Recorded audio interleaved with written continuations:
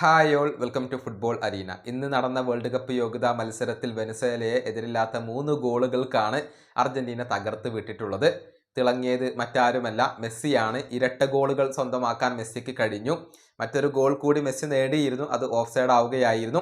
മാത്രമല്ല അർജന്റീന നേടിയ മറ്റൊരു ഗോളിന് പിറകിലും മെസ്സിയുടെ സാന്നിധ്യം നമുക്ക് കാണാൻ കഴിയും. അങ്ങനെ മെസ്സി സർവാധിപത്യം പുലർത്തിയ ഒരു മത്സരമായിരുന്നു ഇത്.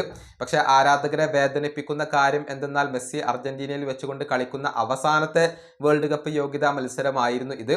വേൾഡ് കപ്പിന് ശേഷം മെസ്സി അർജന്റീന ദേശീയ ടീമിൽ നിന്നും പടിയിറങ്ങും എന്നാണ് ഇപ്പോൾ പൊതുവിൽ പ്രതീക്ഷിക്കപ്പെടുന്നത്. ഏതായാലും മെസ്സിയുടെ വെനസ്വേലക്കെതിരെയുള്ള പ്രകടനം ഒന്ന് നമുക്ക് പരിശോധിക്കേണ്ടതുണ്ട്. 2 ഗോളുകൾ അദ്ദേഹം നേടി. മാത്രമല്ല 7 ഷോട്ടുകളാണ് അദ്ദേഹം മത്സരത്തിൽ ഉതിർത്തിട്ടുള്ളത്. 3 ഡ്രിബിളുകൾ അദ്ദേഹം പൂർത്തിയാക്കി. ആകെ 107 ടച്ചുകൾ, 68 പാസുകൾ, അതുപോലെ തന്നെ 8 ലോങ് ബോളുകൾ, അതിൽ 7 എണ്ണവും സക്സസ് ആയി. 5 കീ പാസുകൾ, ഒരു ബിഗ് ചാൻസ് ക്രിയേറ്റ് ചെയ്തു, 5 ഡുവൽസ് വോൺ ചെയ്തു. അങ്ങനെ മെസ്സി കളം നിറഞ്ഞ് കളിച്ച ഒരു മത്സരമാണ് ഇത്.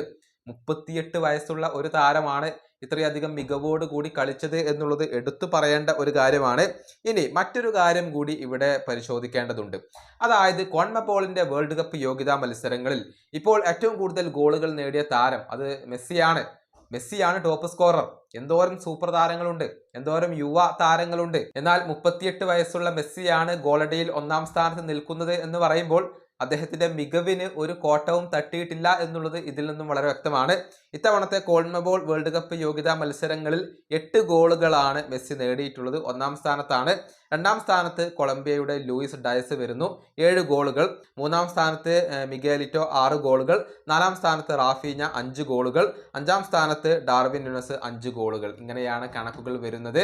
മെസ്സിയാണ് 1-ാം സ്ഥാനത്ത് എന്നുള്ളത് അദ്ദേഹത്തിന്റെ ഒരു കഴിവ് വിളിച്ചോതുന്ന ഒന്ന് തന്നെയാണ്. ഏതായാലും ഇനിയിപ്പോൾ ഒരൊറ്റ വേൾഡ് കപ്പ് യോഗ്യതാ മത്സരം കൂടിയാണ് അർജന്റീനയ്ക്ക് അവശേഷിക്കുന്നത്. ഇക്കഡോറാണ് എതിരാളികൾ.